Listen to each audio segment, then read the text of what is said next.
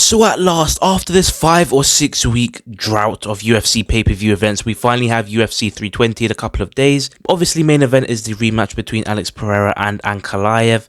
This is going to be an interesting one, man. It's good to see in these embedded episodes that Ankalaev is locking in, obviously still training even a few days before the fight. You know, Alex Pereira, I mean...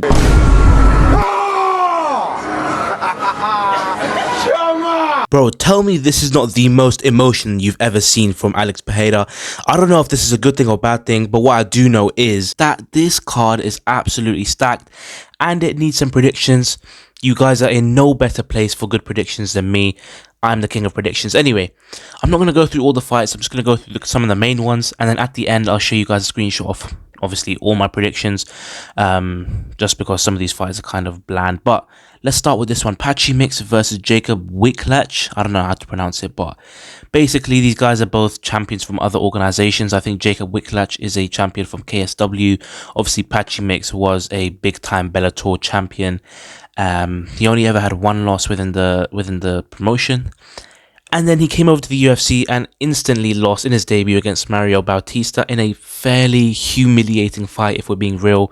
He looked absolutely terrible on the feet, doing the Yuri Prohaska debut method where it's just blocking the punches with your face. I don't know what his kind of striking strategy was there. And obviously, if you guys know Patchy Mix, he is a predominant grappler. So I don't know why he didn't try to take Mario Bautista down or try to get a submission or something. But I think against this guy, Jacob Wicklach, I think, you know, he will be able to have a better performance. Obviously, it's a massive drop in competition, I'm assuming. Obviously, Jacob Wicklach has never fought within the UFC, but I think he's kind of a submission guy himself as well. I mean, he's got 0 knockouts on his record, so yeah, pretty much a submission guy. But yeah, I think Patchy Mix is probably levels ahead of this guy. So I'm going to go for Patchy Mix by submission. Next up, we have this one, Chris Gutierrez versus Farid Basharat. I've decided to include this one in my predictions just because I think it's a quite an interesting matchup. Obviously, Farid Basharat is an undefeated, I don't know if you want to say prospect, but I mean, he's an undefeated guy. So this is a really good test for him because Chris Gutierrez is actually quite underrated. If we do look at Farid Basharat, the last time he fought was quite a while ago, almost basically a year ago at UFC 308 against Victor Hugo. So, I mean, kind of not anyone amazing. His best win to date is definitely Damon Blackshear, I think. I mean, he's only had, 3 or 4 fights within the UFC. But he has been able to maintain that 13 or like the undefeated record. And he is, I guess, predominantly a submission guy. In terms of Chris Gutierrez, he's kind of only lost to the best. He lost to Song Yadong, and I guess, okay, Pedro Munoz isn't really the best, but he has a lot of wins within the UFC. I think he's actually pretty underrated. You know, he has obviously a win over Frankie Edgar. It's kind of a bad, washed up version of Edgar, but I mean, that is a legit win. Anyway, who do I think is going to win this fight, man? It's a close one. And I think Gutierrez will definitely be Basharat's toughest test, but I'm going to have to support my brother, Farid Basharat. I think he's going to get this one done. Next up, Atiba Gauthier versus Tristan Vines. Atiba Gauthier, this guy is a middleweight in Ghana. I feel bad for this Tristan guy, bro. Imagine you're a fighter on the regional scene and it's always been your dream to fight in the UFC, right? So you get a call from your manager one day saying, yo, bro, listen, great opportunity, finally got a contract for the UFC. It's this guy whose opponent dropped out, you know, he needs a short notice fighter to fill in on 4 days notice. So you're thinking, yes, this is my chance. I mean, surely it can't be anyone good. Then you realize it's flipping Atiba Gauthier. Bro, I'm gonna be real, yeah. Tristan Vines is getting butchered. This guy's getting assassinated within 1 round. It's unfortunate to say, but you know, I like Atiba Gauthier. I think he's a good addition, very good addition to the middleweight division. And of course, he's got great power, just like Francis Ngannou. So yeah, I mean, it's no debate. He's going to get the first round KO. Next up, Abu Sufyan Mahmedov versus Joe Pyfer. Another power merchant in Joe Pyfer. The UFC saltiest fighter, as he's, you know, better known as. But who do I think is going to get this one done? I think it's going to be Joe Pyfer, man. I think he's just going to get it, bro. I think he's just going to catch him, you know, maybe in that first round. I'm thinking a first round KO for Joe Pyfer. Obviously, Abu Sufyan is actually a really, really skilled fighter. He's got some great wins, you know. You know, in his last fight, he had a UD against Michel Pereira, which I guess is a win that hasn't aged amazingly, but at the time, it was a really good win. And then also before that, a submission against Bruno Ferreira.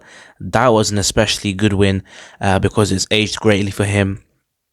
But I mean, obviously, he has had his fair share of losses. He lost to Caio Borralho, and he also lost badly to Sean Strickland. So that's that. In terms of Joe Pyfer, this guy is 14-3. He's a loudmouth, and he got humbled by Jack Hermansson. I still can't believe he lost that flipping fight to Jack Hermansson, who we're going to talk about it later, by the way. Yeah, I've got to talk about Jack Hermansson because this guy's a bit of a naughty boy. I don't know why, he's paired up against Miktabek Orobay. But anyway, let's talk about that later. For now, yeah, Joe Pyfer in his last fight, kind of a not lackluster but disappointing performance from Joe Pyfer. He knocked down Kelvin Gastelum, but he wasn't able to get the finish, and I think someone like him should be able to get a finish over someone like that. So yeah, man, I'm gonna just go for Joe Pyfer to get this one done by first round KO. Obviously, we have seen Abus Magomedov get finished by Sean Strickland. He just gave up. So I think Joe Pyfer, especially with his great power, like obviously people make jokes and stuff, but you have to admit, like, Joe Pyfer has great power, and he also has a ground game on him. People underestimate the ground game, but he has had a submission in the UFC against Abdulrazak Al Hassan. So I mean, that's always an option as well. Next fight, Josh Emmett versus Youssef Zalal. I think I've got Youssef Zalal winning this one probably by unanimous decision. If you look at his style, if you look at his last fight against Calvin Kattar, he's kind of a fighter where he hits you and moves, very dynamic. Maybe his cardio isn't the best for that kind of style, because obviously in that third round, he was seriously fading against Calvin Kattar. Even in his last 10 seconds, he was kind of running for his life against someone who, is really washed now in Calvin Kattar. If we look at Josh Emmett, I mean, we're just talking about washed. This is the definition of washed. This guy's like 40 or 41. All he's got now is his power. Very lackluster ground game. Even in his last fight, he put up nothing against Lerone Murphy, even though that was a really disappointing fight. He still had nothing for Lerone Murphy. I think Youssef Zalal can get this done just by a kind of a pitter-pat decision. I don't think this fight is going to be anything to write home about. Maybe, Youssef Zalal can take Josh Emmett down. I know he was trying to get some trips on Calvin Kattar, especially in that first round. He was trying to get some inside trips and stuff. Maybe he'll be able to get one on Josh Emmett. Josh Emmett, he can hold his own on the ground for sure, but, I think Youssef Zalal probably could get him there. If not, I mean, he just needs to be careful of those big hooks from, Josh Emmett, but apart from that, he should be all good. Next up, the featured fight on this card, the proclaimed fans' main event between Yuri Prochazka and Khalil Rountree Jr. This will be a really good fight, hopefully. I mean, you know what? I feel like this could be a little bit of a letdown, to be honest. Stylistically, it should be a great fight, but I just have a feeling, man. Anyway, listen, Yuri Prochazka, I mean, this should be a really good fight because obviously both of these guys have crazy good power. Yuri Prochazka, 31 wins, 27 coming by way of KO or TKO. Khalil Rountree as well, he's got really good power, very vicious and, ruthless. We saw that against, Anthony Smith. We've seen that against hit an oblique kick. I think it was Modestas Bukauskas. He hit an oblique kick on him. That was brutal. And obviously, in his last fight, he kind of butchered Jamal Hill. But to be fair, Jamal Hill looked terrible in that fight. I think that I could have beat Jamal Hill on that night. But anyway, I think that Khalil Rountree is one of the most underrated fighters in the entire UFC. He's so vicious and he's so brutal with the way that he fights. And I think against someone like Yuri Prochazka, who is not going to take him down, I'm assuming anyway, I think he can get him, bro. Like, everyone I've seen has picked Yuri Prochazka to win this fight. I think I'm the only one that's picking Khalil Rountree Jr. to win this fight. Obviously, I know both of these guys have crazy power, so obviously both of these guys can finish this fight in one punch. But I think Khalil's going to get him. No one else you're going to see is saying this, but I'm saying this right here, right now. Khalil Rountree by KO. Next up, Merab Dvalishvili versus the Sandman, Corey Sandhagen. This is a fairly simple one in my eyes. Merab Dvalishvili easily by unanimous decision. I don't think it will be a 50-45, maybe a 49-46. I think that's a bit more realistic because I think Sandhagen probably will, snatch that first or maybe even that second round. But I think after that second round, he is cooked. If he doesn't get finished, he's going to get, dominated over those last 3 rounds at least. Obviously, Merab's been on a tear. He's on a really long win streak. In his last fight, he finished Sean O'Malley, which I'm sure not a lot of people thought would happen. He actually got a finish, which is like his first or second one ever in the UFC. And, you know, he's also beaten Umar. He's just he's a cardio machine. You guys know Merab. You know how it goes. It doesn't look like this guy's going to lose anytime soon. And honestly, there's no way I really see Corey Sandhagen winning this fight. He hasn't really got any crazy KO power. Obviously, he's got a nice knee over Frankie Edgar a few years ago when Frankie Edgar was like 10 years past his prime. But apart from that, I can't really think of anything. Corey Sandhagen, you know, I don't even think he deserves a title shot, to be honest. I think they're just throwing him at Merab for another free title defense. Obviously, he did come off that win against Davison Figueiredo pretty recently. But before that, he literally lost to Umar very, very decisively. He was on a 3-fight win streak before that Umar fight, but against who, bro? He didn't ever really fight anyone good before that Umar fight. I mean, to be fair, he had a doctor stoppage against Song Yadong. That's actually a really good win. But apart from that, Marlon Vera and Rob Font, both of those wins aren't really anything spectacular. So yeah, man, I'm gonna go for Merab Dvalishvili by unanimous decision. And finally, of course, the main event, Magomed Ankalaev versus Alex Pereira. This is a tough one to call, man. You know, my heart is telling me Magomed Ankalaev, but my head is telling me Alex Pereira. But who am I actually gonna pick?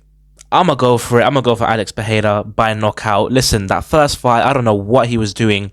He was really hesitant, you know, lacked confidence. And, you know, that's why Ankalaev beat him ultimately. You know, he even rocked him in that second round. He held him up against the cage a lot. And he had Alex Pereira second guessing. You know, he's the only guy in the actual division that could stand with Alex Pereira for 5 rounds and actually beat him. You know, all the other contenders were saying that they would do that, but none of them could. But Ankalaev, with that awkward, you know, southpaw stance as well, and he's got really crisp boxing and stuff, he got it done. So I think Alex Pereira in the second fight is going to be more, you know, as the challenger instead of the champion. I think he's going to be more urgent, and I think he's gonna land a shot, bro. I think it's as simple as that. You know, Alex Pereira has some great power. So I think he's going to get the TKO or the KO. To be honest, obviously I don't pray on anyone's downfall, but I hope Alex Pereira gets the win here. He is definitely a far more entertaining and, you know, better champion than Ankalaev in my eyes. So yeah, I'm gonna go for Alex Pereira by KO. So that's about it for my predictions on UFC 320. Like I said earlier, I'm gonna talk about this Jack Hermansson versus Miktabek Orolbai. Genuinely, when I saw this fight announcement, I thought it was a joke. Like 100%, I fully believed this was a joke, because Jack Hermansson is a middleweight fighter, and he's not a small middleweight. He's a normal-sized middleweight, yeah. I'm sure he definitely cuts weight to get to middleweight. He's a pretty lean middleweight, right? He's not like a fat middleweight. And Miktabek Orolbai, he's a lightweight fighter. He should stay in that lightweight division. He's not a, you know, massive lightweight. I guess he's pretty big for lightweight, but I mean, I think he should definitely stay at lightweight instead of welterweight. But these guys are meeting halfway. You know, meet me halfway. One of them ones, yeah. At welterweight. Why is Hermansson, after getting brutally knocked out by Robocop in his last fight, yeah, cutting another 15 pounds, not 10 pounds, 15 pounds? I don't know how he's going to do that. Yeah, someone explain to me how he's going to cut another 15 pounds, but that's his own fault, yeah. He's going to cut another 15 pounds to fight this useless fight which does nothing for his career at 38 years old, bro. Tell me why he's doing this. Orolbai, I don't even know how this fight's going to pan out. I mean, obviously, Hermansson has skills. I mean, he beat, what's his name? I was about to say Joe Rogan. Joe Pyfer. Obviously, he beat Joe Pyfer in that 5-round fight, which was quite a satisfying win, I must say. But he's kind of washed now. I think Miktabek Orolbai beats him. But, I mean, obviously, this guy is way bigger than Orolbai. I don't ever see him making weight. But if he does, then fair enough to him. But, yeah, I mean, Orolbai is obviously the much younger, quicker, better chin guy. I don't think Hermansson has any, like, you know, worries about getting knocked out by someone like Orolbai, because Orolbai has, like, no power. But still, at the end of the day, what kind of fight matchmaking is this, bro? But anyway, that's about it for this video. Those were my predictions for UFC 320. Finally, after like 5 or 6 weeks, we're having, you know, a pay-per-view event.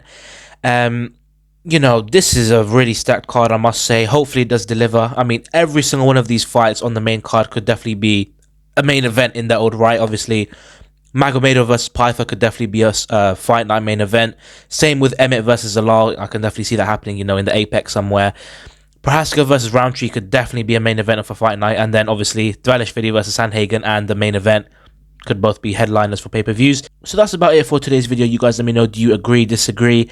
Please do like, comment, share, subscribe. Turn on that post notification bell so that you get notified every time I upload. And that's about it. I'll see you guys next time. Safe.